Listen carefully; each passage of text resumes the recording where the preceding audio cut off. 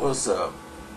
This is the truth about what happened with Tupac and the Gangster Disciples up here. A lot of people, even Pac, you've heard him talk about it in interviews. And some interviews he can talk about it and some he couldn't. You know, people got to realize he's behind bars, and on one of the interviews, you can't be saying everything that went down. Around our house, Roseland, I live right around the corner from Roseland at that time. So this is right around the corner, like 5 minutes away from where I live. And this is when they were getting their name or becoming really, really violent. And people like, what's going on in Chicago? The Wild Hunteds have been laying their stamp down for saying we the most rugged area in the city.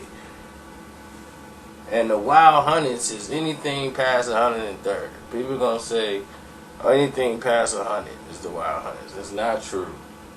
Wild Hunteds is anything past 103rd. That's Roseland. So that whole area is basically Roseland all the way down 111. So this girl named, I think, Siobhan Dean, rest in peace, this young kid named Yummy Sandifer shot her and paralyzed the cousin or whatever. And it was a manhunt for this kid. Now the thing is, she's 14. The kid was 11 years old, and then it caught so much national attention, like the manhunt for this kid. And when they found him, he was shot like execution style. Like, I guess he was getting himself so hot that they took him out. And that made it that snowballed the effect even worse, to the fact that now it's going to become national media attention beyond belief. It's on Time magazine. What's going on? We're killing our youth. Chicago's out of control.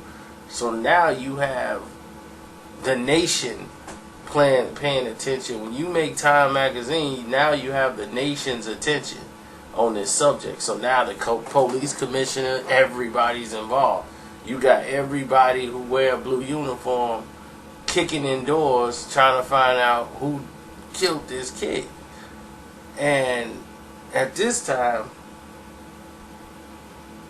while this is happening, Thug Life is doing their tour.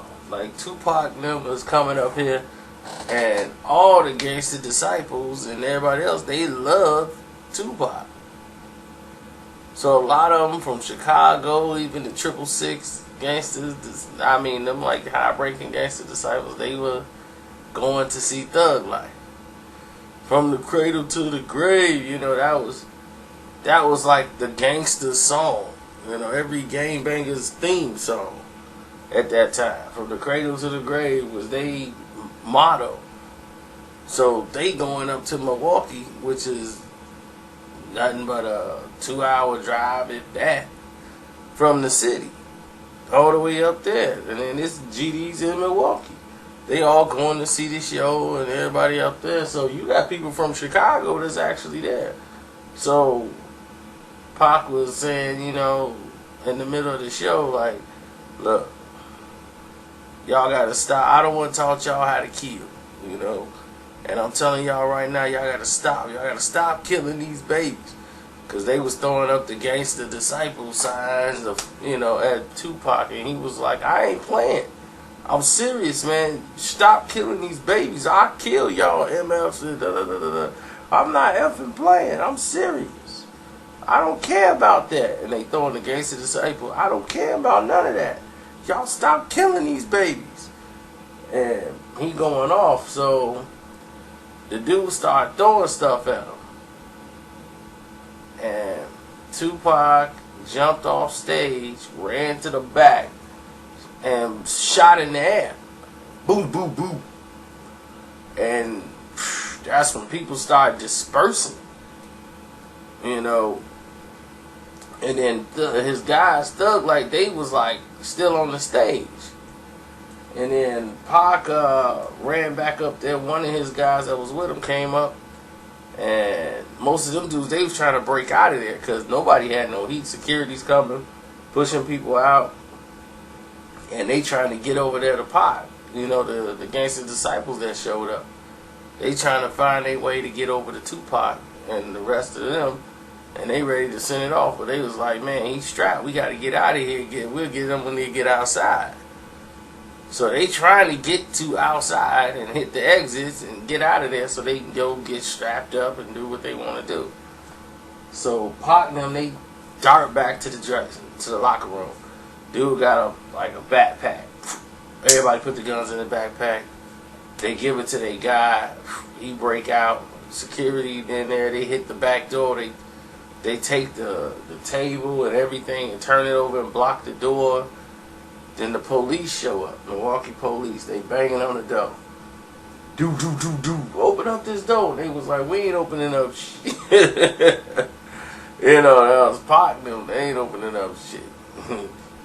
So the cops had to knock the door down, like trying to get up in there, to break the door off the hinges, just so they can get in there and search everybody. And they took Tupac and them in and to the station, and they didn't find any guns, so they had to basically let them go. And it was reports that shots was fired. He was like, nah, not for me, like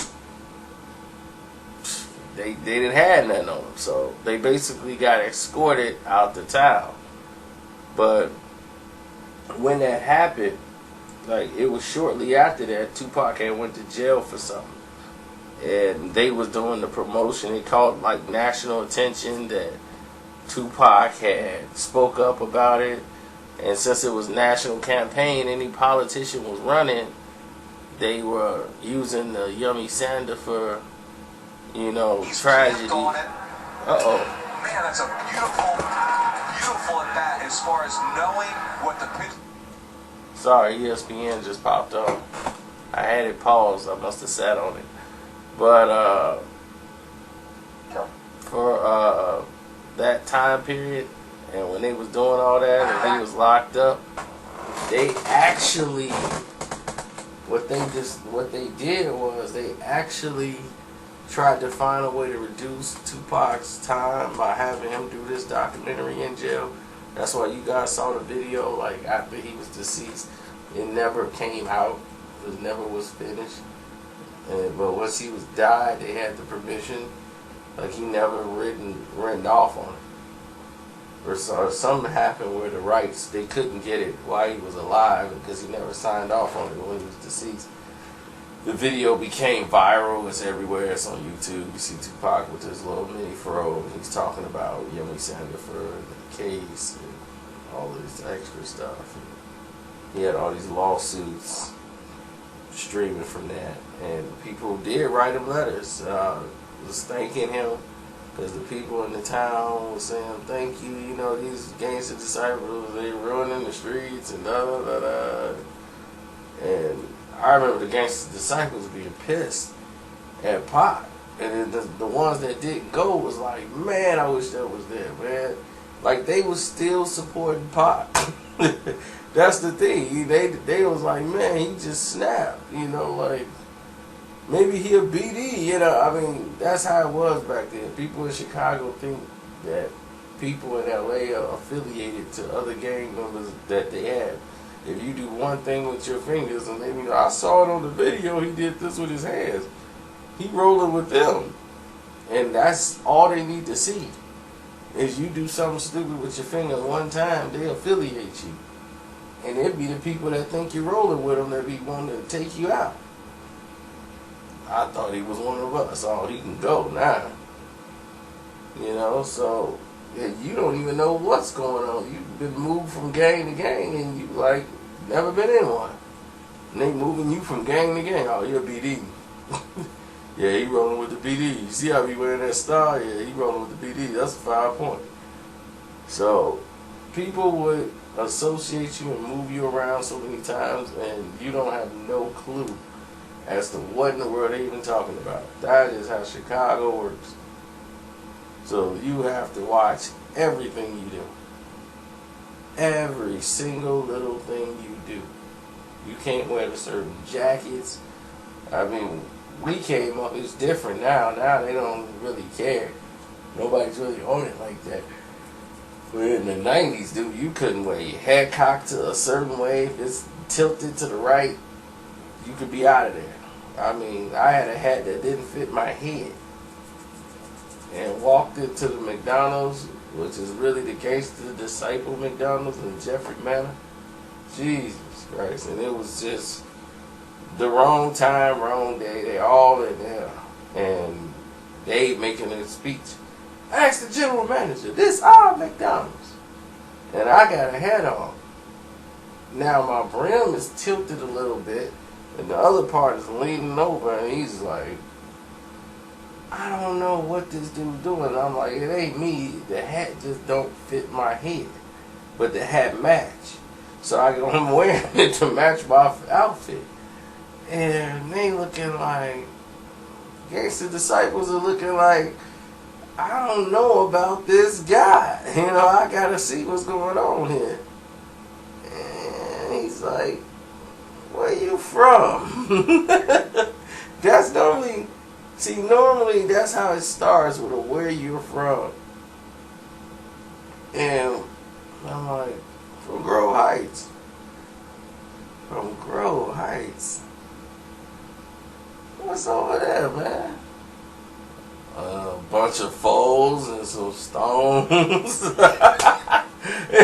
Everybody, you know, it's always somebody to go say the opposite of what the world they are, just to set it off. They just ready to kick something off, so they like, look, I'm like, we got everything. It's a gumbo pot of everything. Every block is a different game. So, you know, Greenwood was the G block. So, it's like, you can't just say we're one thing, but it don't matter. I'm not any of it. So that has no bearing on this. So happened to be, I knew one of the guys in there. I'm like, Fred? This is a basketball player, Fred, not Data. But another Fred I played ball with, he was one of the Gangster Disciples there. I'm like, Fred, what's up? He was like, oh yeah, I go to school with dude. I'm like, nah, dude, he hip hop. Like, he ain't into this. Oh, okay, man. Cause shoot, I'm telling you, we don't want none of them up here in this McDonald's. And they call, like, Blackstones, they call them, like, they call them hooks or whatever, something like that. And it's the Method Man song with Shaq and the RZA, No Hooks. That was like, that song would have went platinum, 3 times platinum here in Chicago, as much as everybody had that song. We don't need no hooks. We don't need no hooks. So No Hooks was like the biggest gang record in Chicago at that time. And I think the Gangster Disciples had that on lock. So it was crazy, man. That era is untouchable. You couldn't wear a starter coat if it had a certain star that was broken. NBA baseball teams, they have all changed logos and changed designs because of gang issues. That's how bad it became during those times. So when Tupac had his little issue with the Gangster Disciples, the last time he came to Chicago, and that's probably I think he came here only once since he'd been out of jail. He wasn't even performing. I don't even think he was here doing that. But he was in all fatigues, bulletproof vests. He had been shot now. So it was mentality. He was in war. It was all fatigues, boots, bulletproof vests, everything, the whole nine. And like Pac was one of the dudes that at that time was like one of the main guys holding it down. So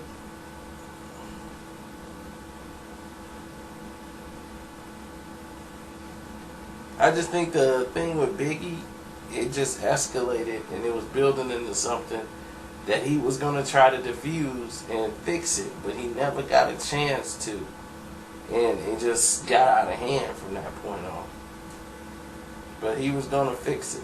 He just didn't want to, he wanted everybody to distance themselves from Puffy and them and just deal with the people he was going to work with. But it was a lot of work to do to repair the damage that was done, because people wasn't going to travel all the way to the East Coast to do no shows, and you wasn't going to travel to the West Coast and do any shows. It was hectic. Everybody was on alert, and the hate was high. People picking sides and stuff like that. So it creates a dangerous atmosphere. So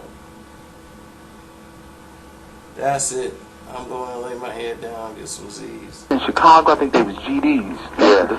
They put people in the street. I know they be looking out for me when I come out there. And they be running. They be running people on the ticket like for councilman. I know they got this dude. What's his name?